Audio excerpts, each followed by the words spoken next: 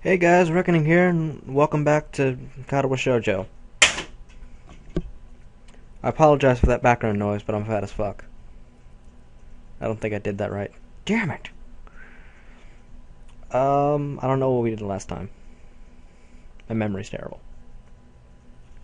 I'm fat as fuck. Okay. I stand unmoving in front of the door to the nurse's office for what feels like at least a dozen minutes or so, and I'm gonna move my mic. It's not like I never entered the small beige room before, nor is it because of any feeling of childlike anxiety over the visit. Maybe it's because the nurse's office is akin to a confessional, an admission that my body is flawed. The knowledge that such a fact is kept entirely confidential between the nurse and I hardly lessens the feeling.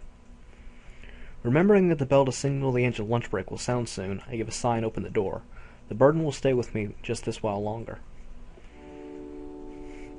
Well now, if it isn't Nakai, good to see you. Or bad, I guess, considering that I'm a nurse.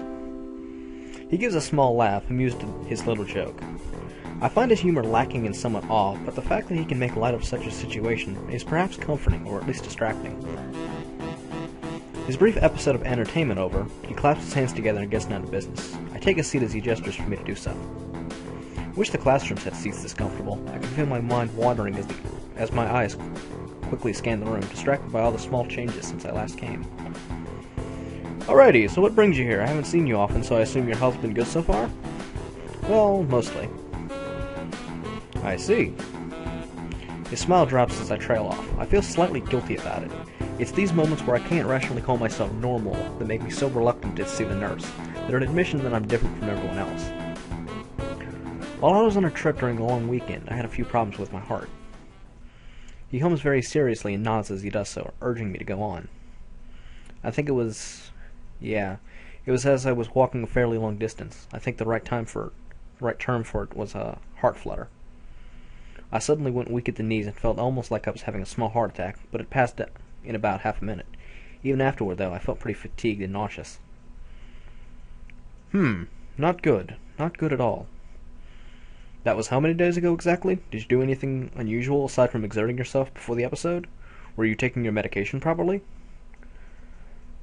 The nurse switches from awkward jokester to serious health professional mode, rattling off questions, making notes, and calling up stuff on his computer. I tell him about my forgetting to take my pills that morning and the preceding evening. It was a stupid thing to do, but I can't change anything about it now, except answer honestly and bite the bullet. His seriousness evolves into a frown, and the talk evolves into an instant checkup. I finish buttoning up my shirt and again get motioned to take a seat in front of the nurse. Is this the first heart problem you've had since coming to Yamaku? I've had short pains in my chest before, just a couple of times, but they were more discomfort than anything like this. He leans back in his chair, briefly resembling a white-coated Perot, I guess, as he mulls over the mysterious case of the heart flutter. Moving his lips from side to side to show he's thinking, his non-existent mustache wiggling, he eventually comes to a conclusion. Well, you survived it. That's always on the plus side. I blink at this one, then notice the nurse wearing his got you face. It's actually somewhat reassuring. I don't think he would crack jokes if things were really serious, so I keep silent and take my lumps. I'll have a talk with your doctor, but right now I suspect it's simply due to physical exertion. Have you been keeping with regular light exercise like I directed you to? I make sure to walk a reasonable amount every day. It's usually enough to work up a bit of sweat, but then again I'm not really as fit as I used to be. That should be enough then. The main thing to keep in mind is to do regular low-stress exercise, not short bursts of sprinting and such. I understand. Since leaving the hospital, I've been a lot more focused on my studies, partly to take my mind off not being able to do more physical things. It's good to hear you're coping well. Sudden lifestyle changes can be hard at the best of times, so I'm pleased to hear that you sound like you have everything in order. Almost everything, that is. Nevertheless, I want to keep a close eye on you for a while, just for observation's sake, just to make sure things aren't going downhill. You understand. That's something I really didn't want to hear. Since coming to Yamaku, all I've wanted to do is live as normal a life as possible. Observation was one of the words I came to hate most during my hospital stay. For so long I felt as if I could have just walked straight out of the hospital doors, if not for that observation the doctors wanted so dearly. Sure, should I come in more often? He checks the calendar next to his computer, which seems to inflict on him a nasty case of furrowed brow. He spins back toward me after that. The summer holidays are a bit of a pain, considering the timing. I'll check with your doctor and try to get a better handle on the situation and see how he wants to proceed, but I think you should just take things slowly and carefully for now. What you're describing doesn't immediately sound like a recurring event, but it won't hurt to slow down a bit for a while, just to make sure. What should I do for today? He looks over my shoulder at a clock hanging over the door. I'd have never noticed it if I hadn't followed his gaze. It's nearly time for school to be over, so you may as well just leave early. He gives me a sly wink, making sure I understand he's doing me a favor. Well, nurse's orders, thanks. That's what I'm here for, after all. I know you might not want to hear this, but you can't ignore your condition. Don't hesitate to see me if you have any further problems, or if you just have anything you want to ask. Bye. He spins around and gets back to typing on the computer in front of him. I suppose I'll just read before waiting for Lilly by the gate, considering I don't have much else to do. Even as I leave, his words echo in my mind. My condition isn't something as limiting as many of the others here in Yumaku, and I don't want to burden Lilly with thinking about it. If I just live life normally and avoid any short, sharp shocks, I should be okay. I won't let my condition rule me. Lilly comes into view soon after the bells heralding the end of the school day ring out. She says farewell to a number of her classmates heading the other direction before beginning her weekly trip to the convenience store. Afternoon, Lilly. The immediate warm smile and relaxed demeanor she assumes upon noticing my presence are unexpectedly welcome. Hello, Hisao. Good afternoon to you, too. She hesitates for a second, but eventually deigns to tilt her face forward and close her eyes. My lips meet hers with a measure of slight trepidation before we move off hand in hand.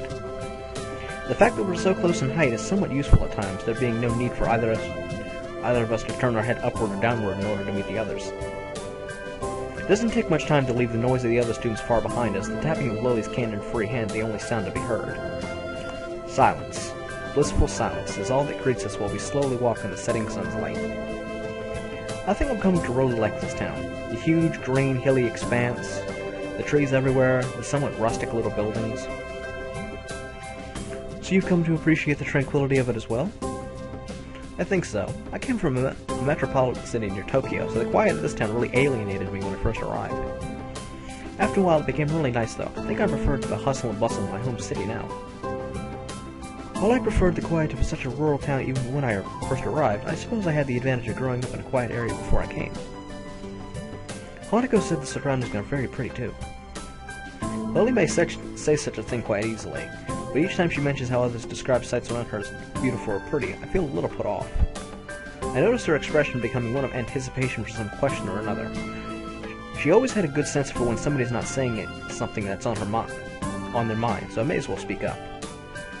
I was kind of wondering how to put this. Do you ever regret that you can't see what things look like for yourself? Just something I've been thinking about. She thinks carefully for a time. Do you ever regret that you can't hear people whispering on the other side of a room? I can only speak for myself, but the fact that I can't see is the only way I've experienced life. Just as I cannot do something you can't do something that I'm capable of. The fact that the world is made for those who are sighted can be a pain sometimes, but there are many, many people who suffer much more than I because of the way the world is. That does make sense, but still, it just feels kind of bad to describe something that you can't experience, do you? She tilts her head quizzically, as if I just said something that makes very little sense at all. But I can experience it. You just said yourself that you like this area because of the way the surroundings are. I like this area for the very same reason. Thanks to the fact that this is a small rustic town surrounded by trees, it gives some peace and quiet away from the din at school and the bustle, not to mention the smells of the city. I suppose it would be much like the home she shared with Akira as well. Her outlook on it seems pretty sensible, and I'm not surprised that she's got a much better handle on her particular condition than I do on mine. Just like how her coming from a location similar to Yamaku's surroundings let her become more acclimatized in a shorter time, being born blind affected her stance by her own admission. I should stop being so annoyed with myself over it, but I can't shake the feeling that I've depended on Lilly far too much, given the circumstances most have had to deal with in Yumaku. That makes a lot of sense. You're pretty good at explaining, as always. Come to think of it, where is Hanako anyway? She was with us for lunch. It seems she's busy studying. The exams are far from over. She said she wants to do better this year than the last. While I admire her work ethic, she's really been trying to give us a lot of room alone recently. She's that type of person, I think, the kind that puts others' needs above her own every chance. She's a sweet girl, even though so much has hurt her in the past. I don't know, I feel like it's only now, when she's less close to me than ever, that she's truly finding herself. It was thanks to you that she began to become more confident, after all, not me. I take my hand from hers and gently place it on her head. The important thing is that you were there for her. I can't even imagine what she'd be like without having found someone like you. That much became obvious while you were in Scotland. We're all still friends, so we just gotta have faith in her. I think she'll become a good person, and that much is thanks to you being there for her when she most needed it, just as you were there for me. It makes me feel a bit childish when you sound so wise. Well, I try. You doing anything on the weekend by any chance? Nothing that comes to mind. Why? Then how about a date on Sunday? Be something to do besides exam preparation. Countering my rapidly beating heart, she simply smiles and nods. That would be lovely. Where would you like to go? Her face suddenly changes to one of disapproval. You can't do that, Hisao. That's cheating. Do what? A gentleman should never ask a lady where to have a date. Ah. Oh. Her smile quickly comes back, assuring me that she's far from serious. Don't worry about it. I'll think about where we could go. I'll leave it to you then. I promise to decide on the next date, though. With our plans for the weekend made, the rest of the walk down the hill continues in silence. The prospect of that lasting for any length of time, however, is shattered as I catch sight of a familiar figure waiting for us, her hand held high. Yo. I'm not gonna do it. Thank you, please come again. The change in temperature as I step outside from the convenience store sends a chill up my spine. Feels like summer starting to wind down. Looking to my side, the same feeling seems to affect Lilly as well, though unlike me, she doesn't manage to hide the fact. Something I didn't realize at first was how physically delicate she is, even compared to the likes of Hanako. If I had to describe her, I'd have to say that she reminds me of a China doll. Akira walks up behind her and gives a couple of hard pats on her shoulder, much to Lily's consternation. For a moment she looks as envious of my status as an only child as I am of their close relationship. They talk between themselves for a few moments as I sort out my bags. Their voice is too low for me to catch, but eventually they break off and we begin the walk back to school. Ah, it feels good to be out of that damn office. You kids don't know how good you have it here. Kids. You too, then. Kids grow up so fast nowadays. You're not old enough to say that. I don't know, being around Hideki makes me feel damn old. He's so precocious, he reminds me of when you were younger. He's a nice boy. It would be a shame if Shizune comes to have too much of an influence on him. Akira gives an amused snort for her sister's antipathy. She really doesn't seem to regard it as anything to make a serious fuss about, treating it more like a childhood spat. She looks over to me, apparently only just remembering that I'm here, and gives a small grin as she reaches toward her back pocket. What is it? Just a sec, let me dig it out. After quite some difficulty, she manages to retrieve her black leather wallet from her back pocket, quickly fishing out what looks to be a folded square of paper. With Lilly all but unaware of what's happening, Akira unfolds the scrap and hands it to me. An old photo of what looks to be a younger Lilly and Shizune operating a noodle stall, with some other girl in the background. She looks vaguely familiar, but I can't quite pinpoint why. What is it, Akira? I think you know. Lilly mulls this over for a few moments before her realization dawned on her. Akira, you really needn't. It's fine, isn't it? Besides, like the only photo I have of you two since you entered Yamaku when you're not at each other's throats. I look back down to the photo in my hand. It does seem strange to see Lilly and Shizune working together so diligently without any sign of animosity. If the photos of them during Yamaku's festival, that means it must have been taken 1 or 2 years ago. In other words, the time when they were both in the student council together. Who's the girl in the back? She looked kind of familiar. Ha! Knew you wouldn't recognize her. It's Misha before she went and dyed her hair pink. That's Misha? No way. It feels extremely strange to see Misha without her very so distinctive hairstyle. Judging from Akira's tone, she doesn't take favorably to Misha's idea of fashion. I suppose that fact just accentuates how odd the situation looks. To think they were so friendly in the past. Wish I could do something to mend their relationship. You're being very quiet, Hisao. Just feels kind of strange to see you all so friendly like this. Lilly moves to say something but stops herself. In the end, this isn't a matter for me. It's been between Shizune and Lilly, and nobody else. Things change, unfortunately. I hand the photo back to Akira, who sighs as she folds it up and slides it back into her wallet. A little memory quietly hidden away to be pulled out again sometime later. Yeah, that they do. Initially, I think Akira's reaction to be simply in response to the situation between Lilly and Shizune, but she looks oddly glum compared to what I'd expect. Lily's expression has clouded as well. What's wrong? It's just that I'll be going to Scotland fairly soon. You're leaving for Scotland again? For a long moment, Akira looks surprised. It's an ill-fitting expression for her. After a glance at Lilly, she turns back to me as if she'd never done so. Yeah, in a couple of weeks I'll be leaving for Iverness to work at the company's headquarters. It's a pretty big jump in corporate position, and it's not a chance it's going to come again. So Akira's going to leave Japan on what seems to be a permanent basis. I can't help feeling that my assumption that we could all happily while away our days having fun in this isolated little world is coming to an end. It's unsettling. I look at Lilly, mildly surprised that she hasn't told me such a thing despite usually being so forthcoming. She continues to walk with her face fixedly pointing ahead.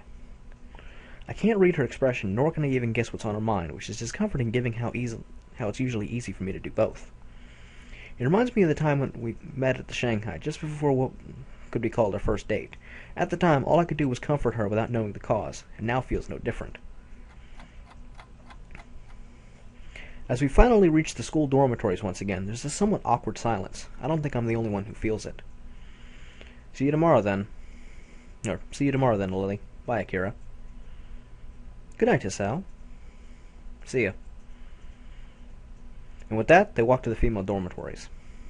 Opening the door to the male dorms, I stop and look back at them just moments before their figures disappear behind the heavy wooden door. That was a strange moment when Akira said she was leaving.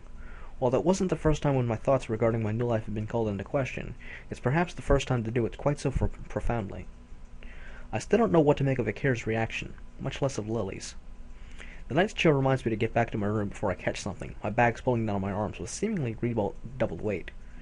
If nothing else, I have a date with her set up for the weekend. I just need to stop overthinking stuff and get on with things as they are. The exams are still ongoing, after all. With the trimesters and the summer holidays beginning soon, there'll be plenty to keep me busy for a while. As I give a yawn and retreat inside, my thoughts turn to what Lilly will decide to set her as the location of our weekend rendezvous. Well, that was a cluster.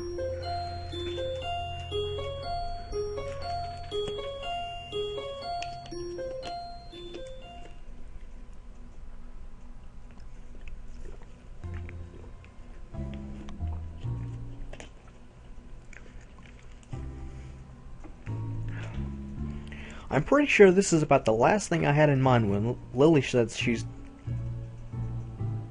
Even when talking slowly, I can't pronounce it. I don't know why. I'm pretty sure this is about the last thing I had in mind when Lilly said she'd decided we're to have our date. No man nor woman is dressed in anything but their finest, their formality only matched by that of their surroundings. Red wallpaper adorns the walls as the city lights far below flicker and glow. I can see the text just fine, in case you didn't know that. I can see it just fine. I can read. Just, apparently I can't read out loud. Combined with the ambient hum of quiet speech and the high-pitched clattering of cutlery and wine glasses, the mood is very formal, yet relaxed enough for me not to feel too uptight despite this being our first real date. Once we get seated, our waiter leaves to attend others with a quick bow, after an appreciative nod from Lilly. Far from depending on my help, Lily's managed to navigate herself around surprisingly easily so far, despite the unfamiliar environment. A light brush here and there, and she's generally quite deft at orienting herself as needed. My eyes look to Lily's. I can tell from her face that she's listening to her surroundings just as hard as I'm looking. Though truth be told, my eyes are lingering on her each time they sweep across the room. The red cheongsam she's wearing accentuates her figure very well and shows off her legs. Even her hair is done up, and the scented perfume is just noticeable. While my black suit may be a rental, I managed to select an appropriate one. It feels surprisingly comfortable considering I've so rarely worn one, and fits the setting just as well as Lilly's attire. I guess this is a new experience for both of us then. She turned somewhat sheepish. I've never come to a place such as this before, no. One hell of a first date, that's for sure. It's going to be pretty hard for me to top this. A small giggle. Even now, our nervousness is dissipating. Her hand skates along the center of the table until it touches the menu, which she takes in both hands and brings to her face. Hisao? As she lowers the beige laminated sheet just below her eyes, I can see another sheepish look. I doubt asking the waiter for a menu in Braille would be productive. I can read it out for you, no problem. I take mine and give it a quick read, my small grin faltering. Perhaps there is. What's wrong? There are quite a few items on here, and I'm not completely sure how to pronounce a couple of them. One fine cuisine after another is listed. Most may be in Japanese, but a few are in English and French. I guess it's to be expected, but I have no idea what's in some of these. Oh, this one I recognize. Wait, hang on. You can cook that? A small giggle of amusement comes from behind the paper sheet. Well, I can read them all out, but it'd take a few hours. Is there anything with some kind of fish in it? Let's see. No. Aren't those poisonous? No. They eat that stuff? No. Ah, here we go. A tuna salad seems to be a good bet. From the picture, it looks like it'd be pretty filling as well. That seems to be a reasonably safe option. Let's order two then. I'm pretty sure a couple of these dishes are from poisonous animals. I've had enough deadly run-ins for now. Lilly maintains a smile, but there's a distinct lack of laughter. Black humor mustn't be her cup of tea, though to be honest, I don't find it exceedingly funny either. There are certainly quite a few interesting smells wafting about. Same is true of the sights, I assume. I've never been anywhere like this, a fancy Japanese tea house on an occasion or two, but never anything this lavish nor European in styling. Before another word can be said, a portly waiter in a distressingly tight vest appears at our table to take our orders. Oh, you're hilarious, Hisao. How am I supposed to pronounce that? We're winging here. Like Provençal, tuna salade, Niçoise. I'm just gonna say that's Niçoise, please. 2. It's Niçoise. I hope I didn't mess up the pronunciation of that too badly. I didn't. Even if I did, he doesn't show it. And may I have a glass of Chardonnay, please? Hisao? Oh, the same. As the waiter nods and leaves, I simply realize what I said by absent-mindedly mimicking Lily's answer. I regret it pretty quickly. Alcohol. Only a bit. This girl has an odd propensity to get hooked on things, I swear. Surprisingly that they didn't ask for identification. Then again, I guess we do both look mature for our age. I'll have to take your word for it. I'll add that this isn't what I'd call the type of place to ask such things, though. Good point. We both relax a little into our seats, trying to take our minds off the choking formality of the surroundings. As soon as we do, the same waiter appears at our table with 2 empty glasses and a bottle, the contents of which are quickly and professionally poured into the former. We both nod politely as he leaves, Lilly taking a glass and gently moving it from side to side. The liquid inside glistens as it moves around in the glass, and I have to admit it makes me a little less regretful for ordering the same. It guess must take effort to judge how the liquid inside is acting based on the center of balance. Maybe it's like her origami, taking every little chance to practice her dexterity. I guess I'm not surprised that you know about a place like this. Those who have money would, I suppose. This reminds me of just how completely different our upbringings were. In Yamaku, it's easy to forget about social and economic disparity between students all wearing the same uniforms, living in the same dormitories. Well, Akira was the one to tell me of it. She's come here before, apparently. So that's what they were conspiring about on Friday. And you chastised me for cheating? That's not cheating. It's simply making use of personal contacts.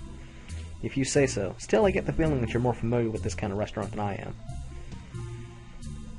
She pauses for a moment, a wistful look on her face, before softly smiling. The compliment seems to brighten her mood. You can thank my former school for that. If I were to appear any less, they'd be gravely disappointed. She's mentioned her previous schooling before, but now I'm kind of curious. She seems to think a lot about her past, so I don't see any problem in asking. What was that like? It was a prestigious all-girls and Catholic. These facts made my parents choose it for me. Many wealthy families sent their daughters there. From how it sounds, life there must have been pretty strict. I wouldn't say it was a bad experience, but you're quite right, it was very strict. Thankfully, I managed to adapt well enough and make a number of friends. Unfortunately, the same can't be said for my sister. She found the atmosphere and religious aspects suffocating and ended up leaving for a job as soon as she was able to. She gives a small, self-deprecating chuckle. I shouldn't complain about it, though. Not many even have the chance to go to such a school. Do you resent your parents for sending you there, then leaving? She gently shakes her head. My family is highly patriarchal. My father, business always on his mind, was entirely lost as to what to do with me. In the end, he made the decision that my education was of higher priority than staying with the family. He simply did what he thought was best. To say such things so easily, what an unbelievable girl. That said, I'm a little surprised she doesn't think her blindness played any part at all, though maybe I'm being too harsh on her family. You're too kind-hearted, do you know that? Most would hate their parents for something like that. Well, some do. Oblivious to my raised eyebrow, she takes a sip from the glass. The wine slips down effortlessly, her fondness for it evidently helping her deal with the flavor of the alcohol. I can't say the same goes for me. What of yourself? What was your schooling like? Mine? Let's see. It was a fairly normal public school. I suppose maybe a bit busier than the norm. I did quite well in class and played in the soccer club. Since I'm an only child and my parents both worked a lot, I wasted most of my free time and money at the arcade with my 3 friends. No matter how much I played, though, I never did manage to beat Mai at any of those machines. Even Takumi and Shin lost to her whenever they tried. Then I'd be left trying to be the responsible adult when Shin and Mai fought. Again. Just the 4 of us aimlessly enjoying our childhood. Those were some pretty silly times. I catch myself as I realize I'm starting to zone out, the days of my old school disappearing to the night sky and bright city lights outside the window. Lilly's face is an odd mixture of curiosity and sympathy. Given her strict schooling, I suppose something like this would seem an interesting contrast to the only life she's known. It sounds like your previous school was a lot of fun. I'm not really sure how much it is nostalgia, but there are some nice memories. That's in the past, though. I can't go back there now. But through my accident, I found a new life I've never imagined leading. The peace in Kamba Yamaku, a new direction for my future in science, the friendship with Shizune, Misha, and Hanako, and most of all, you. She gives a deep, genuine smile as she moves her hand toward me, her fingers just lightly searching out my face before softly caressing my cheek. Her hand reluctantly retreats after a second of warm silence as we notice the waiter arriving with our meals. Lilly does a deft job of covering her condition, except for the fact that her nod to him is slightly misaligned due to his silence. She really seems to work hard at appearing as normal as possible in public. While I noticed it long ago, I still can't quite gauge whether it's a want to not be treated differently, a slight sense of vanity, or some mixture of both. The dish served up lives up to the salad name, and the portion is pleasantly large. With sliced eggs and tomato, it looks very enticing indeed. Lilly takes her knife in one hand and fork in the other, quickly getting to work on the dish as I do. It's later than when we usually have dinner, so we're both eager to dig in. My cautious skewering of leaves in vaguely meat-like squares with my fork is matched by Lilly's silent and measured prodding and chewing. An occasional tapping around the sides of the piece of food to work out its edges is the only giveaway to our lack of sight. I'm done with my meal in little time, Lilly taking the last few bites as I sit observing her. Finished it, Sal? Yeah, it was pretty nice. That much is very true. I never thought a simple salad could be so tasty and filling, but then again, I suppose that's why it costs so much to eat here. Content with my appraisal, and evidently agreeing, Lilly gives a small nod. You know, given that you're part foreign, exotic-looking, and quite pretty, I'm surprised that nobody's ever confessed you to before. You're assuming nobody did. The simple statement takes me off guard. I shouldn't be surprised, given that I was complimenting her just moments before. Really. I've received several confessions, both in this school and my previous one. Adolescence is a funny time. She's kind of talking as if she's above it herself. Huh, how easily you say such a thing. Lilly looks surprised for a moment before a playful smirk covers her face. Is that jealousy? What? No, it isn't. You're a bad liar, Hisao. You should take that into account. Then again, I do appreciate how sincere you are, even if you don't intend to be sometimes. I think your honesty will always serve you well when dealing with others. I clear my throat in mock disapproval of this whole business and try to steer the conversation elsewhere. To tell the truth, though, I do prefer solitude to being surrounded by others. I don't think I can maintain a social circle like you do. She contemplates this for a moment. I don't think that's true either. I've seen how gentle and caring you are around Hanako, and you get on marvelously well with others, even those whom you hardly know. I think you're quite adept at social situations. But on that note, what of your confessions, Hisao? I'm sure someone like you must have had at least one admirer. As I open my mouth to speak, I can feel my face turning slightly dour. At times like this, I secretly appreciate the fact that she can't see my expressions. Just one. Her name was Iwanako. It was when she confessed to me that I had my heart attack, there in the woods during winter. Lilly finds herself speechless, not expecting for the topic to move into such an area. My condition has always been somewhat of a concern to her, something that I have to strive to minimize despite my body's best efforts to the contrary. Afterward, she visited me for a while I was in the hospital. For weeks she came in and talked. It was usually just small talk, classroom gossip, but that was enough. But eventually, she just stopped coming. She was there every day, then every other day, then once a week. Then finally, one day, she just stopped visiting entirely. Did you ever see her again? Wrapped in my own little world, I shake my head before remembering the futility of the gesture. Okay. This actually has a point. This will decide something.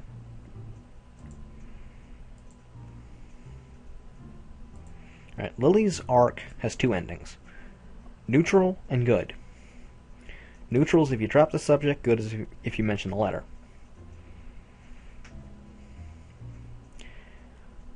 And actually it'd be better to let's just go with drop the subject, because the endings work a little bit differently on this arc. Get my mouse back over in the corner.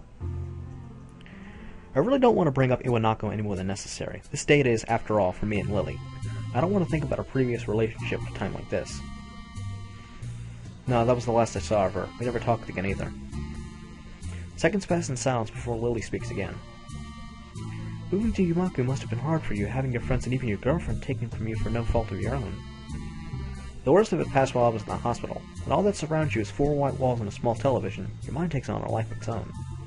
It's like my old school, I guess. I just try not to dwell on what's happened and keep thinking ahead. All that reminiscing does is get me down, and it's largely thanks to you that it feels like things are finally getting back on track. That's pleasing to hear, Hisao. She lowers her face slightly, her expression pensive. I guess I went too far and embarrassed her. I suppose you went through something a bit like what I did when you entered Yumaku anyway, right? I imagine the vast majority of our school students did, after all. You said yourself that you made friends in your old school. I can't imagine many followed you. Lilly's deep smile drops, her expression unexpectedly darkening. Even her hands retreat to her lap. After a long while, she speaks. Hisao, can you promise not to tell anyone else when I'm about to? I promise. She looks slightly taken aback by my serious tone, but then relents and smiles weakly before continuing. When I moved to Yumaku, I did regret losing the friends I had at my other school. But there was one person who I regretted most not seeing again. Whom I most regretted not seeing again. He was the reason I took up English as a future career. He? Considering she came from an all-girls school, that can't have been a schoolmate then. I rejected the confessions I'd received until then for him. Every time I improved my English skills, his praise was my most treasured reward. It's funny, isn't it? Someone like me, able to boast about the people who set eyes on me, liking someone so utterly unattainable as my tutor. It truly is the most ridiculous thing. Did you... She quickly shakes her head from side to side. I couldn't. Even then, I knew it was impossible. A silence reigns over both of us. This doesn't seem to explain her ardent focus on her future teaching English, but I can't help thinking of her confession to me. She lost him without ever letting her feelings be known. Did she somehow fear that would happen again, but with me? I don't really know what to make of it. I've heard of such relationships before, taboos born of such things as puberty and youth. The fact that she had the good judgment not to act on it, that was heartening. I know this must sound strange, but please don't think of me. Why would I think any less of you for that? To be honest, I think you must have been a very nice person if you liked him so much. Not only that, but you stopped yourself before going too far. For a moment she looks somewhat lost. Most unexpectedly, though, it isn't a second before she starts to laugh. The sound takes me off guard. It's not a giggle or a restrained chuckle, but honest and genuine laughter. I find myself smiling, and not just at our display of relief and happiness, but for her to trust me enough to let me see this most private of secrets. Before I realize it, I feel my palm touching her face. Or, to reverse that, I feel her palm touching my face, right. Nailed it. Her touch is gentle as ever, with her thumb slowly stroking my cheek. You're kind, Hisao. I really do love you. Seeing her face like this, with a palm gently caressing my face, I think tonight has been a wonderful night. Guess we both had a pretty weird past, eh? I think by most standards, our present is rather odd as well. I smile and hang my head. This woman can easily run rings around me. Of that I'm quite sure. I look back around the room with its continuing quiet hum of patrons. This place probably fits into the odd category, too. It is a tad overbearing. That's one word for it, yes. I catch the eye of a scurrying waiter, a short, scrawny guy no older than 20. He kind of reminds me of a Kenji, though unlike him, the waiter isn't dressed for winter during midsummer. After a curt bow and offer to remove our plates, Lilly asks for the bill politely and softly. With expert coordination, he maneuvers around the tables, our plates in hand, to retrieve our bill. In no time, he reappears through the door, smartly handing our bill to Lilly, who promptly hands it to me, causing him to raise an eyebrow. As I read the small computer-printed leaflet, the cost is considerably more than I expected. Hisao? Oh, I quickly stammer out the amount, to which Lilly merely nods and reaches for her purse. Giving her card to the waiter, he disappears once again. That was a disproportionately large amount of money. The statement seems to make Lilly slightly uncomfortable. My family leaves more than enough for my education. The same goes for my sister, though she dislikes being reminded of that fact. That said, I too dislike throwing money about, but this one time I think I can make an exception, just for you. Not only did you choose our date, but you paid for both of us as well. I take the bridge of my nose in my fingers. I can't believe how high you've set the bar for our next date. She gives a small giggle. I'll be looking forward to it, Hisao. The waiter reappears beside us, as if by magic, and hands Lilly's card back to her. Evidently picking up on our lack of sight, he places the card in her hand with an extra, perhaps unneeded amount of firmness to make sure of her grip. Leaving, he exercises a measure of diplomacy by keeping a neutral face despite my own expression. Clapping my hands together, I stand up from my seat in order to bring an end to our night out. Shall we be off then, m'lady?